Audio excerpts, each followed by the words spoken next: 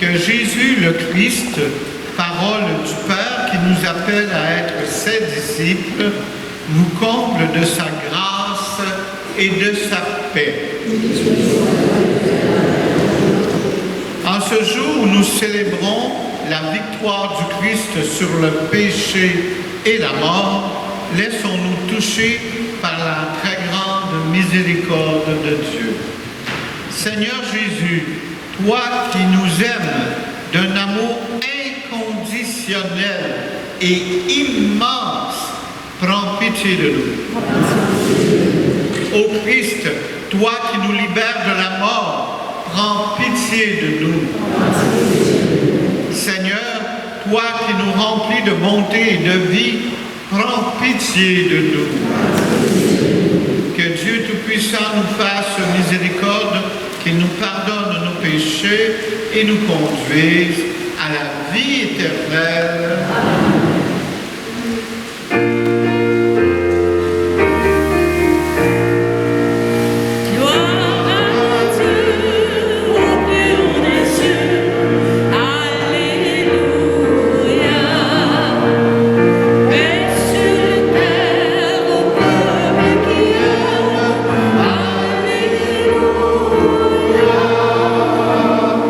Nous te bénissons, nous t'adorons.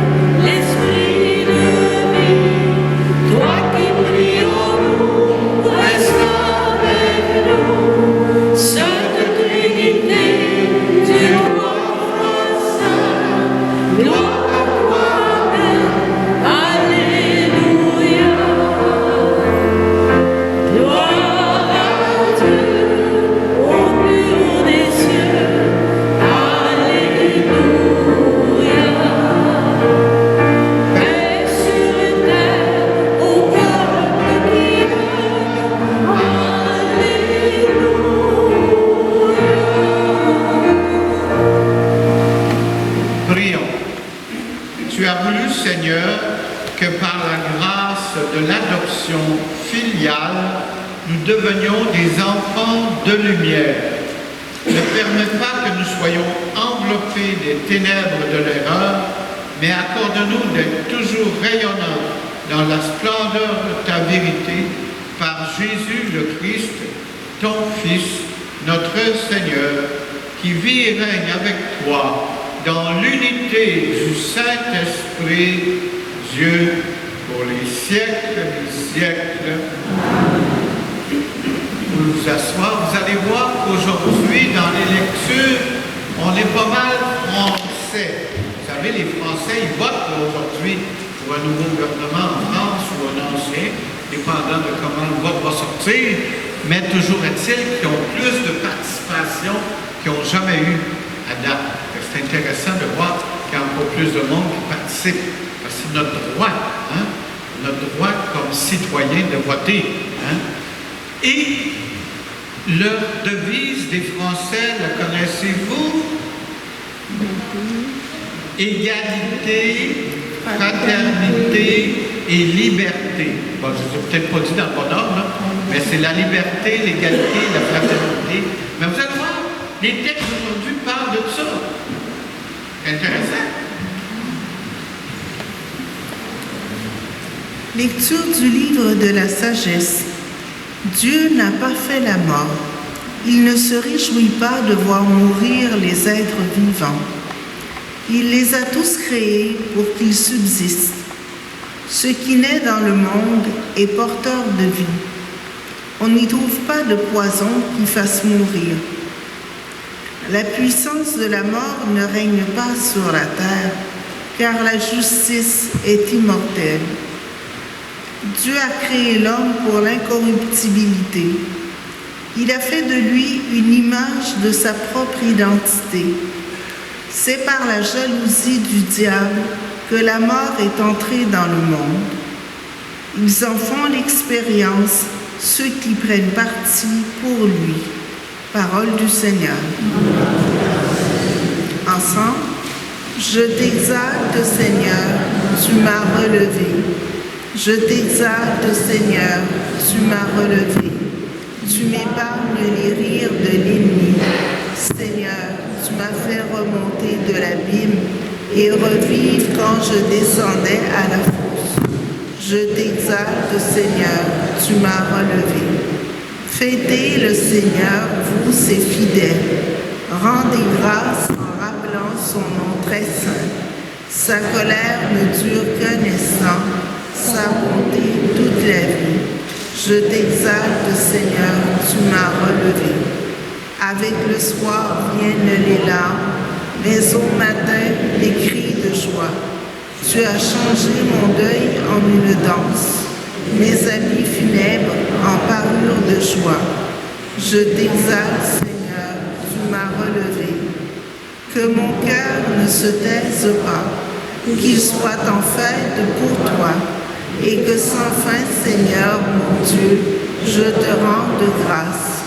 Je t'exalte, Seigneur, tu m'as relevé. Lecture de la deuxième lettre de Saint Paul apôtre aux Corinthiens. Frères et sœurs, puisque vous avez tout en abondance, la foi, la parole, la connaissance de Dieu, toutes sortes d'empressements et l'amour qui vous vient de nous, qu'il y ait aussi abondance dans votre don généreux. Vous connaissez en effet le don généreux de notre Seigneur Jésus-Christ.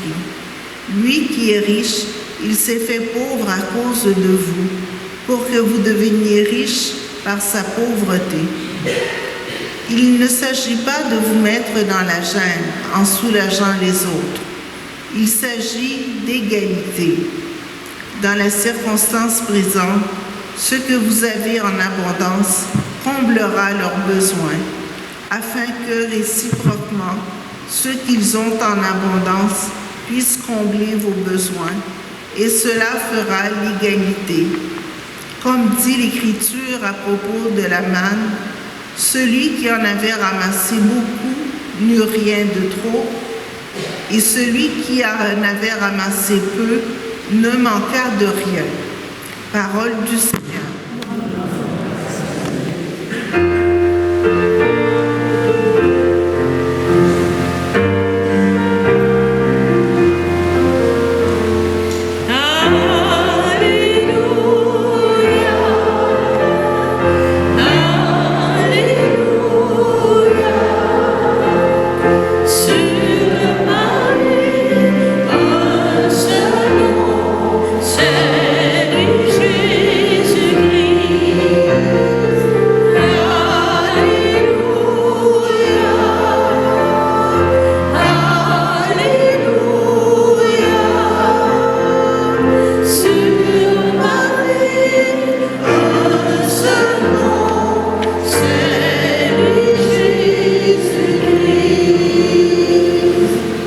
Notre Sauveur, le Christ Jésus, a détruit la mort.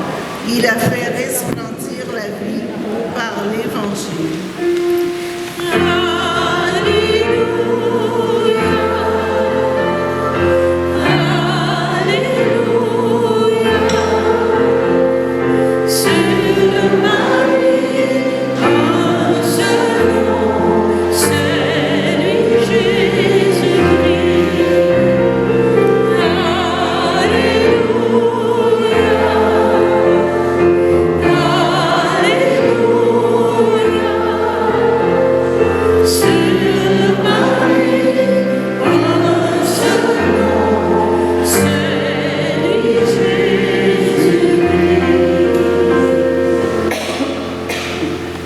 Le Seigneur soit avec vous.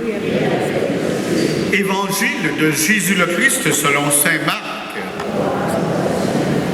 En ce temps-là, Jésus regagna en barque l'autre rive, et une grande foule s'assembla autour de lui. Il était au bord de la mer. Arrive un des chefs de synagogue nommé Jaïr. Voyant Jésus, il tombe à ses pieds et le supplie instamment. « Ma fille, encore si jeune, elle est à la dernière extrémité. Viens lui imposer les mains pour qu'elle soit sauvée et qu'elle vive. » Jésus partit avec lui et la foule qui le suivait était si nombreuse qu'elle l'écrasait. Or, une femme qui avait des pertes de sang depuis 12 ans, elle avait beaucoup souffert du traitement de nombreux médecins et elle avait dépensé tous ses biens sans avoir la moindre amélioration. Au contraire, son état avait plutôt empiré.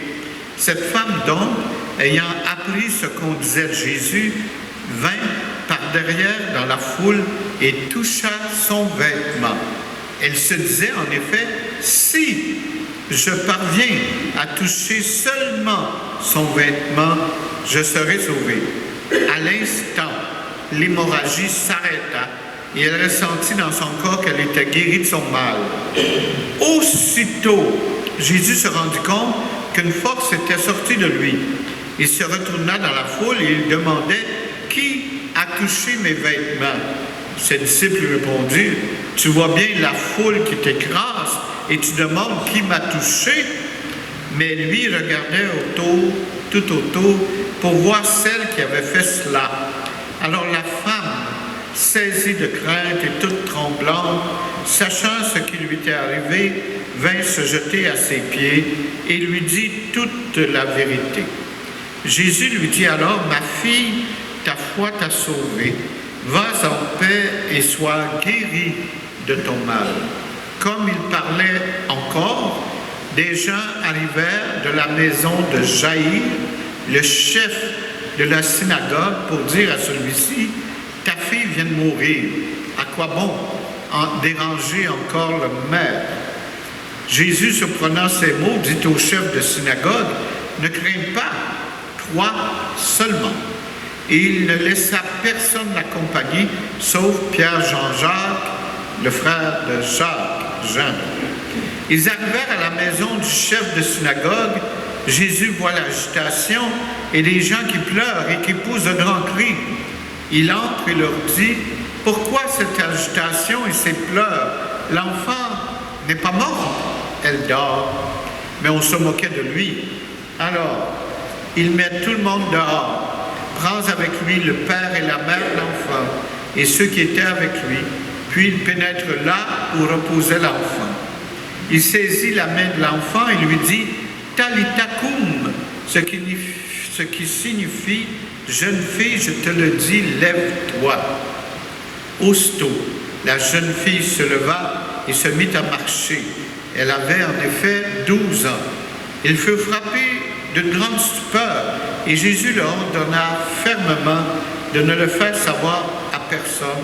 Puis il leur dit de la faire manger. Acclamons la parole de Dieu.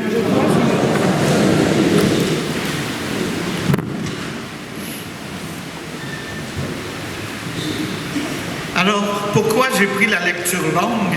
Parce qu'on parle de 2 miracles sur 2 femmes, une jeune fille et une femme. Mais on voit très bien que tous les deux, il y a un chiffre qui les rapproche, c'est le chiffre... Ah, vous avez écouté donc. Le chiffre 12, parce que c'est important le chiffre 12 dans la religion juive et catholique. Hein? Les 12 apôtres, les 12 tribus d'Israël, fait que le 12, là, il a toujours été important. Il représente un peu la plénitude. Alors, on voit ici que la femme qui souffrait depuis 2 ans, Jésus a agi d'une façon, puis avec la jeune fille de 12 ans, il a agi d'une autre façon. Pourtant, toutes les deux, hein, il leur a permis d'être guéris, puis de pouvoir vivre une vie intéressante. Alors, c'est quoi là? Pourquoi il agit de façon différente? On va regarder. Quand la femme disait « J'ai juste à toucher son vêtement pour être guérie », il faut avoir la foi pour ça, là. Elle avait une très grande foi.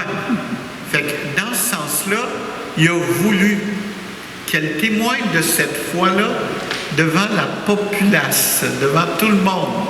Hein? Alors, dans ce sens-là, il lui a demandé, il l'a provoqué, hein, pour qu'elle témoigne de son bienfait qu'elle a vécu à ce moment-là, hein, sur le fait. On dirait que c'est de la télé-réalité. Hein? Et pour la jeune fille, c'est le contraire. Bon, tout le monde disait, elle est morte. Non, non, non, Adam, tu nous prends pour qui? Hein? On sait qu'elle est morte. Mais, dans le fond, il l'a ressuscité. Ça, on le sait bien, on le voit bien. Mais, il dit bien à la fin, ne le faites savoir à personne que j'ai fait, hein, ce miracle.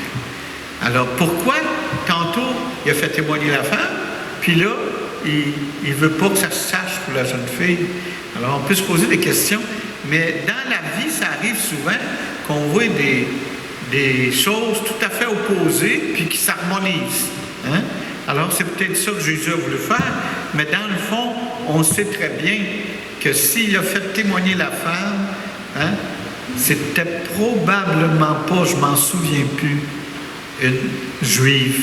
C'était peut-être une femme d'une autre nationalité, fait qu'elle n'était pas de la religion juive, fait que c'était pour montrer qu'on peut, même si on n'est pas juif, avoir une grande foi.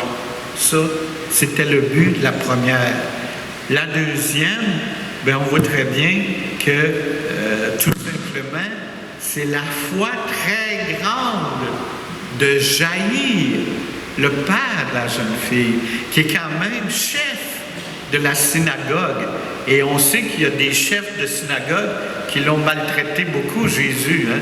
Mais ce chef-là, il était pour lui, puis il avait une grande foi lui aussi. Fait que c'est pour dire que dans les 2 cas, il s'agit d'avoir une grande foi. Puis s'il a voulu que ça ne se sache pas, c'est probablement pour ne pas mettre dans le trouble Jaïr. Parce que, justement, comme il était chef de synagogue, il aurait pu avoir des problèmes avec les Juifs du temps s'il prenait pour Jésus. Alors, c'est probablement, moi, c'est mes explications que j'ai trouvées pour ça. Donc, c'est important d'avoir une grande foi. On dit des fois, l'expression « avoir la foi à déplacer des montagnes ». Il faut l'avoir, cette foi-là. C'est quelque chose de grand, ça, déplacer les montagnes. Mais c'est pas ça qu'il nous est demandé de faire de toute façon, mais de développer notre foi, la faire grandir toujours. Et ce que j'ai beaucoup aimé dans la lecture de Saint Paul apôtre aux Corinthiens, c'est que Jésus s'est fait pauvre à cause de nous, mais afin que nous devenions riches par sa pauvreté.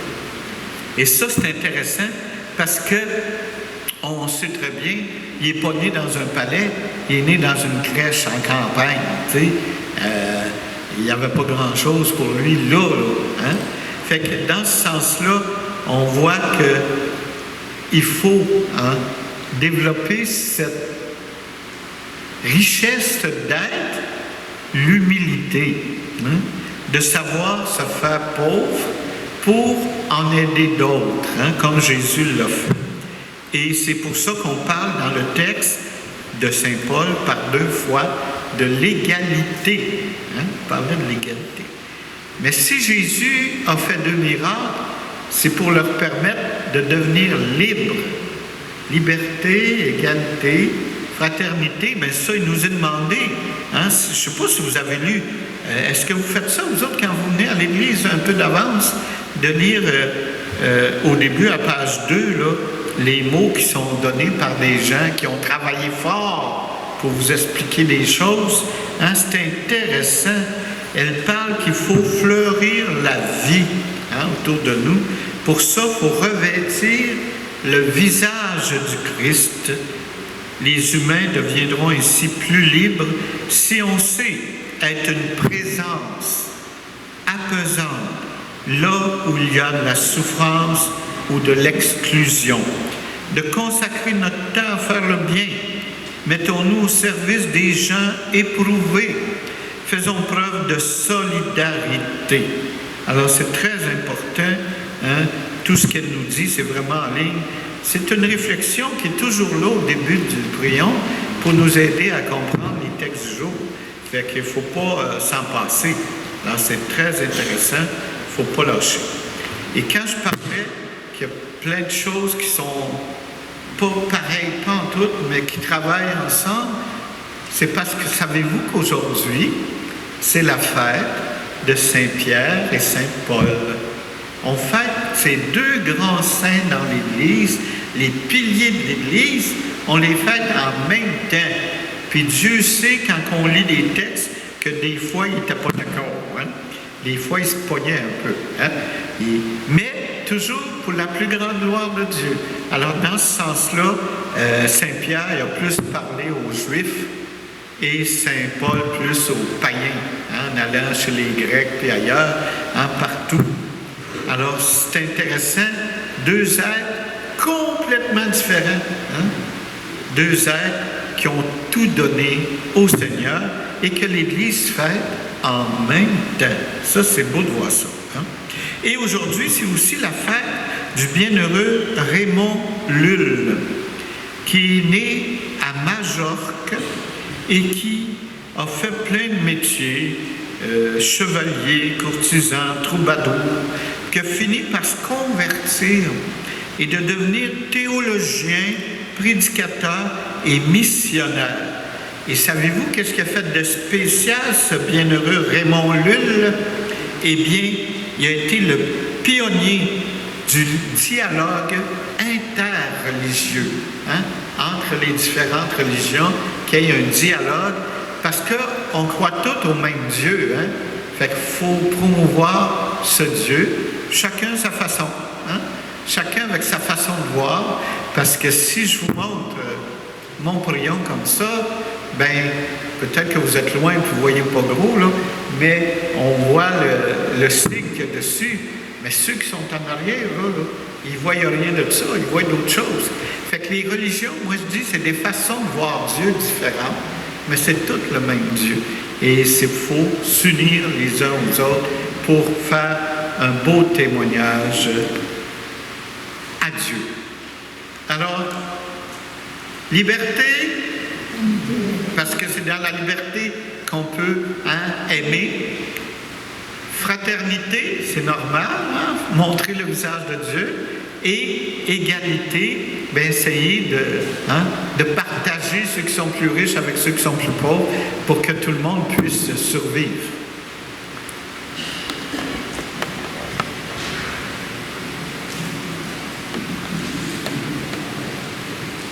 Faites-vous-en pas, je n'ai pas la grippe, c'est juste que j'ai des allergies.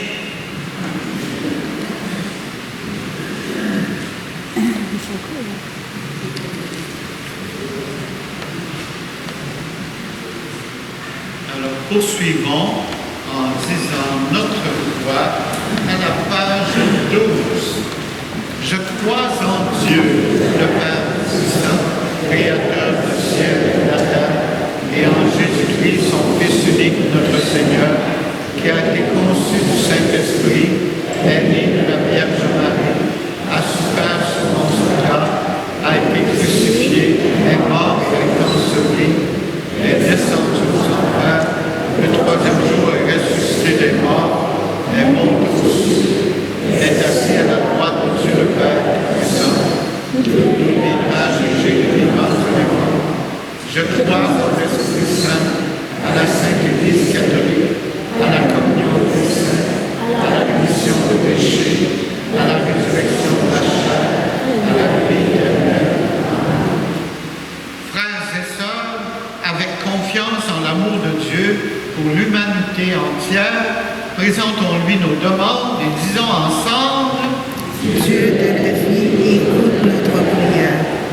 Pour l'Église, afin que ses œuvres de charité atteignent toutes les personnes qui en ont besoin, prions le Seigneur. Dieu de la vie, écoute notre prière. Pour les femmes et les hommes qui siègent au gouvernement des nations, afin qu'ils travaillent pour la paix dans le monde, avec le souci des plus vulnérables de la société, prions le Seigneur. Dieu de la vie, écoute notre prière.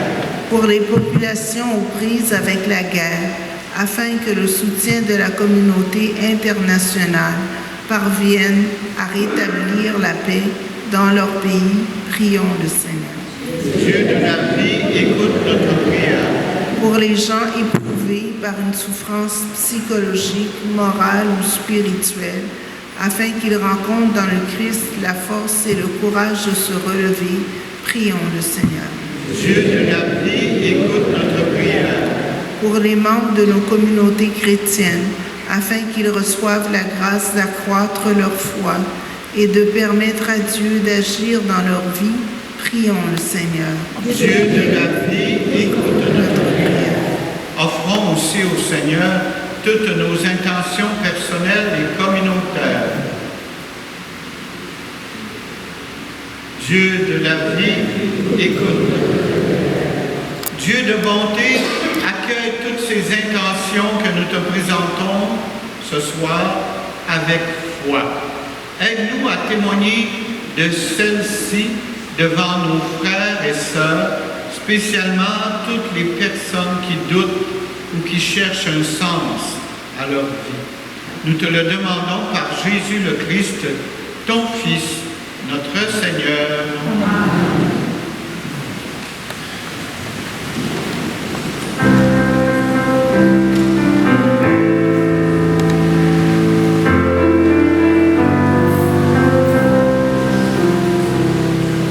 Donne-moi la force d'aimer, que je sois signe de paix. Donne-moi la force d'aimer, que je sois signe de toi. Pour effacer du front de l'ombre l'image de l'hostilité.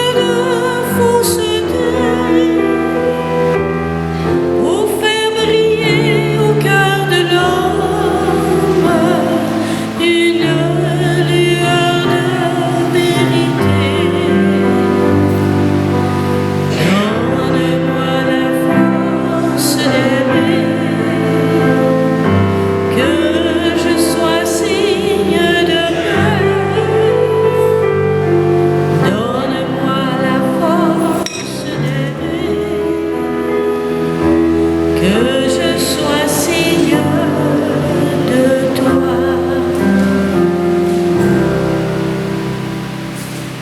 Prions ensemble au moment d'offrir le sacrifice de toute l'Église. Seigneur Dieu, dans ta bonté, tu donnes à tes mystères de produire leur effet. Nous t'en prions que notre liturgie soit accordée à la sainteté de ces dons par le Christ notre Seigneur. Le Seigneur soit avec vous. Élevons notre cœur.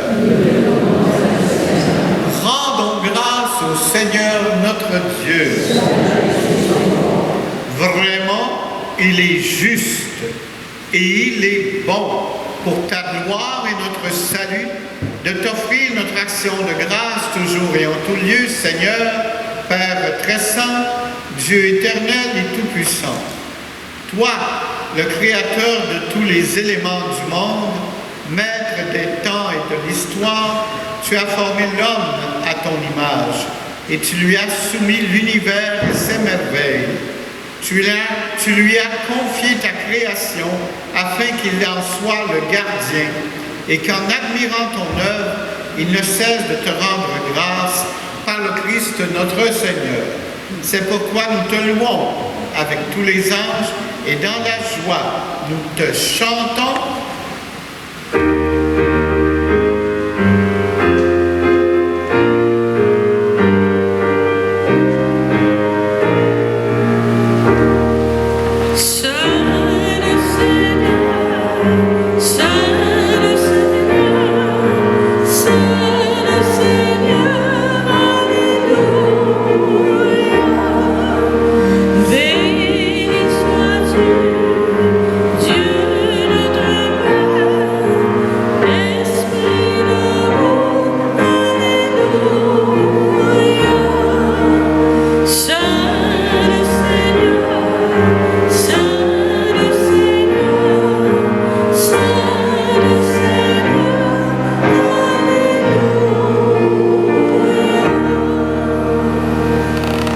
Tu es vraiment saint, Dieu de l'univers, et il est juste que toute la création proclame ta louange, car c'est toi qui donnes la vie, c'est toi qui sanctifies toutes choses par ton Fils Jésus le Christ notre Seigneur, avec la puissance de l'Esprit Saint. Et tu ne cesses de rassembler ton peuple afin que du levant au couchant du soleil, une offrande pure soit présentée à ton nom. C'est pourquoi nous voici rassemblés devant toi, Seigneur, et dans la communion de toute l'Église, nous célébrons le jour où le Christ est ressuscité d'entre les morts. Par lui que tu as élevé à ta droite, nous te supplions de consacrer toi-même les offrandes que nous apportons. Sanctifie-les par ton esprit pour qu'elles deviennent le corps et le sang de ton Fils Jésus le Christ notre Seigneur, qui nous a dit de célébrer ce mystère. La nuit même, il prit le pain. En te rendant grâce, il dit la bénédiction. Il rompit le pain et le donna à ses disciples en disant, prenez et mangez-en tous. Ceci est mon corps livré pour vous.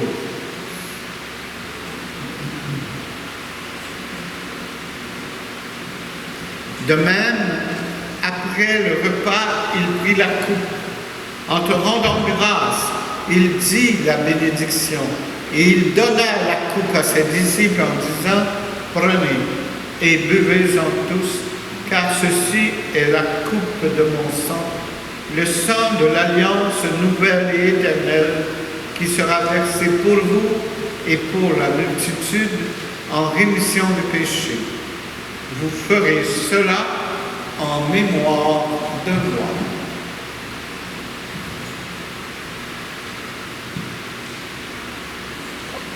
Il est grand le mystère de la foi.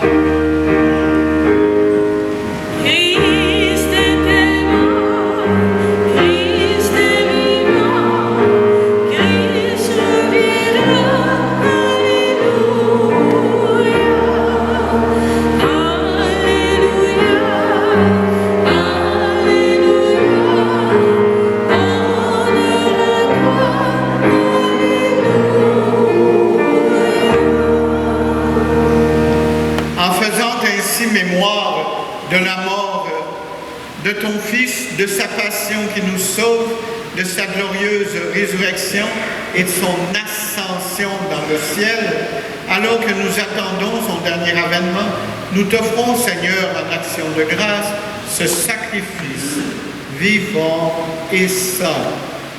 Regarde, nous t'en prions, l'oblation de ton Église et daigne y reconnaître ton Fils qui, selon ta volonté, s'est offert en sacrifice pour nous réconcilier avec toi. Quand nous serons nourris de son corps et de son sang et remplis de l'Esprit Saint, accorde-nous d'être un seul corps et un seul esprit dans le Christ. Que l'Esprit Saint fasse de nous une éternelle offrande à ta gloire pour que nous obtenions un jour l'héritage promis avec tes élus.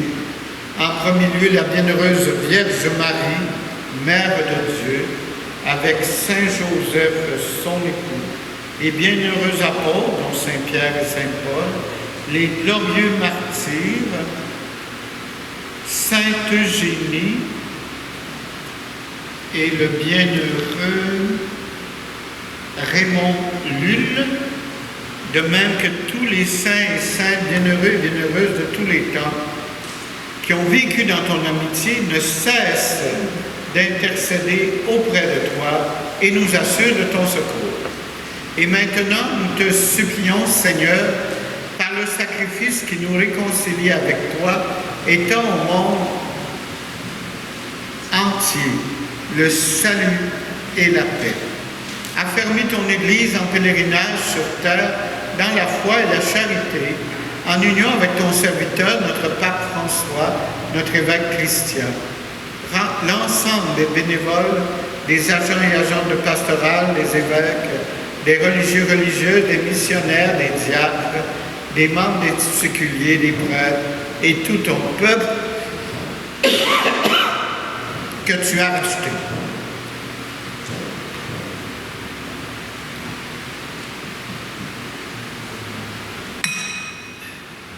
Écoute en ta bonté les prières de ta famille que tu as voulu rassembler devant toi et dans ta miséricorde, ramène à toi, Père très aimant, tous tes enfants dispersés.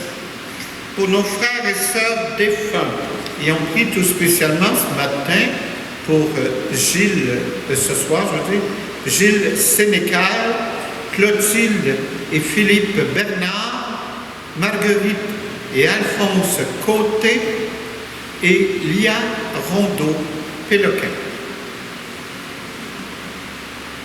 Pour tous ceux et celles qui justement nous ont quittés, trouve grâce et qu'ils trouvent grâce devant toi, nous te prions, Seigneur, en ta bienveillance, accueille-les dans ton royaume, où nous espérons tous un jour être unis et comblés dans ta gloire, ensemble et pour l'éternité, par le Christ notre Seigneur, par qui tu donnes au monde toute grâce et tout bien.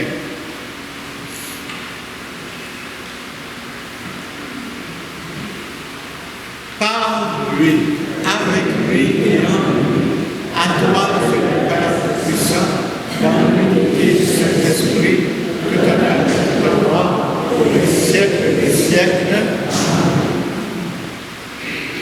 Redisons ensemble la belle prière des enfants de Dieu. Notre Père, qui es aux cieux, que ton nom soit sanctifié, que ton règne vienne, que ta volonté soit faite sur la terre comme au ciel. Donne-nous aujourd'hui notre pain de ce jour. Pardonne-nous nos offenses, comme pardonnons aussi à ceux qui nous ont offensés. Et ne nous laisse pas entrer dans la tentation, mais délivre-nous du mal. Oui, délivre-nous de tout mal, Seigneur, et donne la paix à notre temps. Par ta miséricorde, soutenus par ta miséricorde, nous serons libérés de tout péché, à l'abri de toute épreuve, nous qui attendons que se réalise cette bienheureuse espérance, l'avènement de Jésus, le Christ, notre Sauveur.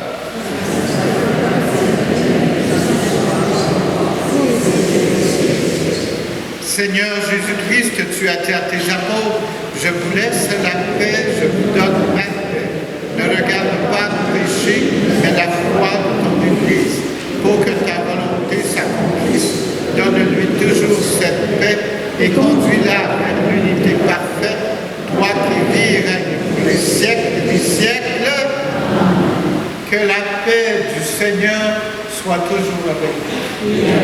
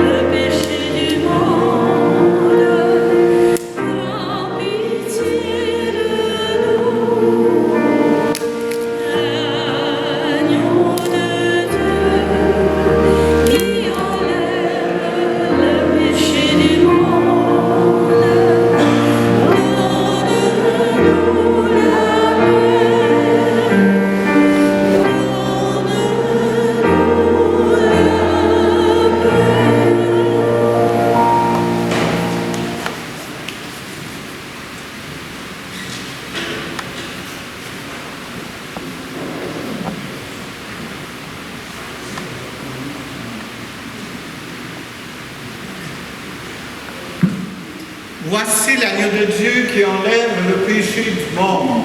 Seigneur,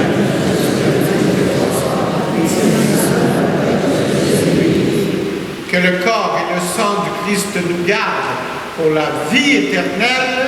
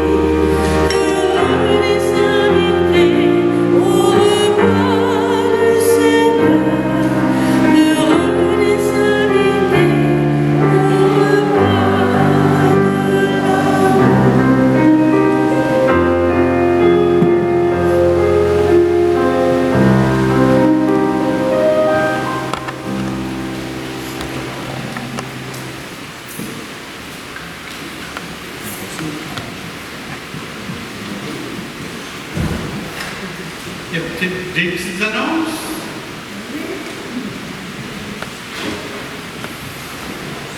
Je m'excuse, Jean-Marc, tantôt, je ne t'ai pas présenté, j'avais autre chose. Non, tu n'étais pas là. J'ai commencé à... C'est correct. Bon.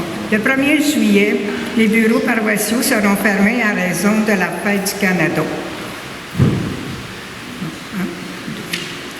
Le 9 juillet prochain, il va y avoir une quête spéciale à la cathédrale pour souligner la fête de Notre-Dame de Chiquikiro. Je connais pas. Aussi, il va y avoir un grand pèlerinage diocésain à Québec quand? Le 1er octobre 2024 pour marquer le 350e anniversaire de la fondation du diocèse de Québec. Des autocars partiront de Saint-Hyacinthe, Granby, Sorel, Belleuil.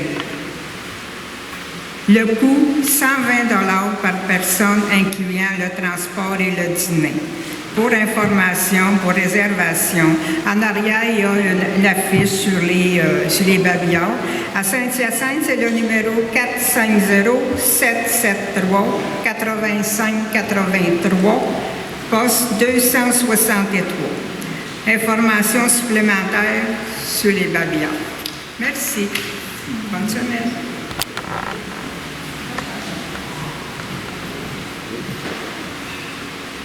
Alors, je suis orphelin, pas seulement de parents, mais de curé aussi. Parce que le curé est en vacances. La chèvre. Prions. Nous t'en prions, Seigneur, donne-nous d'être vivifiés par le sacrifice divin que nous avons offert et reçu en communion. Ainsi, reliés à toi par une charité qui ne passera jamais, nous porterons un fruit qui demeure pour toujours par le Christ, notre Seigneur. Le Seigneur soit avec vous. Que Dieu Tout-Puissant vous bénisse, le Père, le Fils et le Saint-Esprit. Allez dans la paix et dans la joie du Christ. Et comme je ne suis pas venu vous voir depuis la fête des Pères, je vais vous conter une petite histoire. C'est deux petits garçons qui se faisaient garder par la gardienne, parce que les parents étaient partis en fin de semaine de congé. Fait que là, la gardienne, elle lui prépare à manger, elle s'assit à table à la place du père. Fait que là, les deux garçons se regardent. « Hey, t'as pas le droit de t'asseoir sur la chaise à pain. » Bon, elle dit, premièrement, là, elle dit, pain, il n'est pas là. Puis deuxièmement, là, c'est moi qui est boss, là. Ah, ben, t'aurais dû t'asseoir sur la chaise à main, bon.